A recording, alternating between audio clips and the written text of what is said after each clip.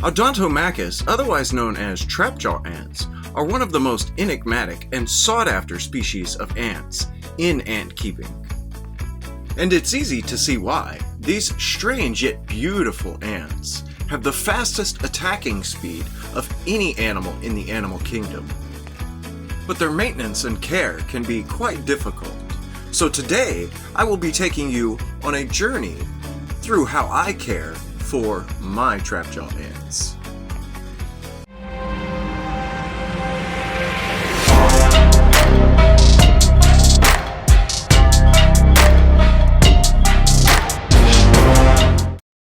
Firstly, let's check out a couple of different habitats for trapjaw ants.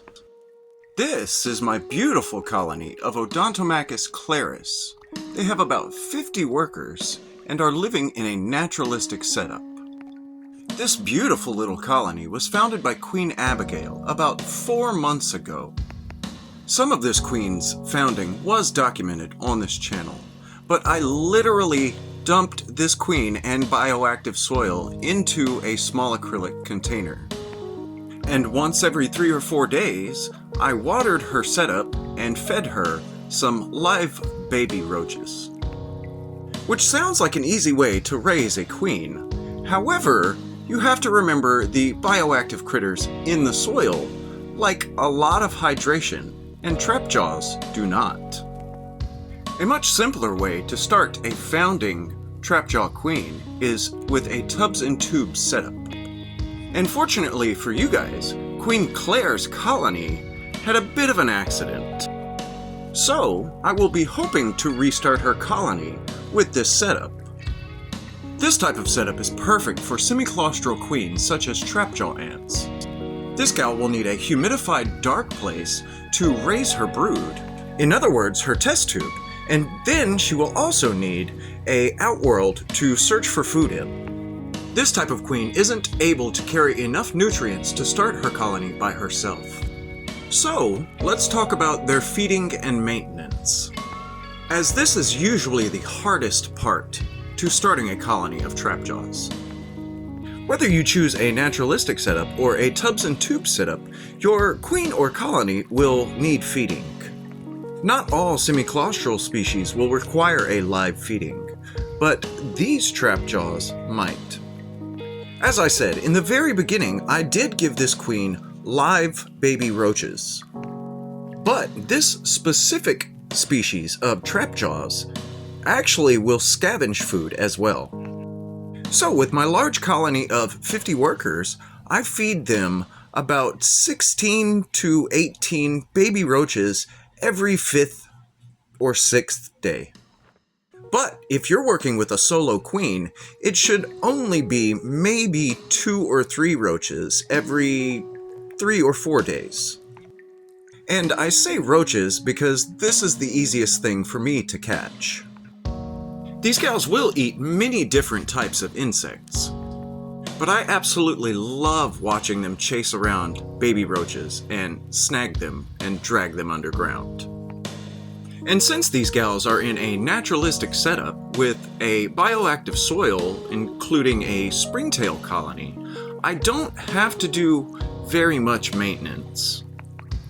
For the most part, the tiny springtails in the soil will eat up all of the debris and trash that your ants leave behind. Also, if you can, please ensure that the insects that you're feeding your colony or queen are smaller than your ants or queen. This way you have less risk of your ants being injured, and a greater potential of your ants actually catching their food and dragging it into their nest. Just a bit of overfeeding in a naturalistic setup with bioactive soil is okay as well. Trapjaw ants are one of the only ant species to be able to catch springtails. So overfeeding them just a bit will prevent them from eating all of their maintenance crew. Now let's move on to our tubs and tubes feeding. For my founding queen, I will be feeding her a single dead roach nymph, about the same size as the queen herself. With this feeding, I'll only be offering her a single roach nymph because this is a fairly large roach nymph. For the most part, with my feedings, I usually go by mass. I would expect that the queen is not going to eat her entire body weight, i.e. her mass, in the next 3 or 4 days. I'll also be doing just a bit of cleanup to clean out any of the residuals from her prior feedings. With my solo queen, Queen Claire, not having springtails, this is a very important step. A single mold outbreak event could absolutely devastate this queen's brood pile, as right now she doesn't have any other workers to help her care for her brood. And on that note, you'll want to ensure that you clean out her test tube thoroughly as well. Odontomachus, like Phydole and a few other ant species, has a bad habit of not removing all of their trash from their living area. This species is also quite sensitive to light and vibration, so you'll want to make this as steady and as quick as possible. And I have quite a bad trimmer in my hands, if you guys haven't noticed from some of my videos. So I tend to do things just a little bit awkward. This is the easiest way for me to clean out her test tube. Some people may find it a little bit easier to actually set the test tube down on the table. However, for me, this is a bit of a problem. And as you can see, this tiny bit of vibration has already upset the queen enough to where she wants to move her brood. My best advice in this situation is to not let the ants make you nervous. With a few years ant-keeping experience now, I have come to understand that my solo queens are likely going to panic every time I try to feed them. So, as long as I can keep that note in my head, I can keep myself fairly calm. And for this feeding, I will be placing the dead roach nymph just in the mouth of her test tube.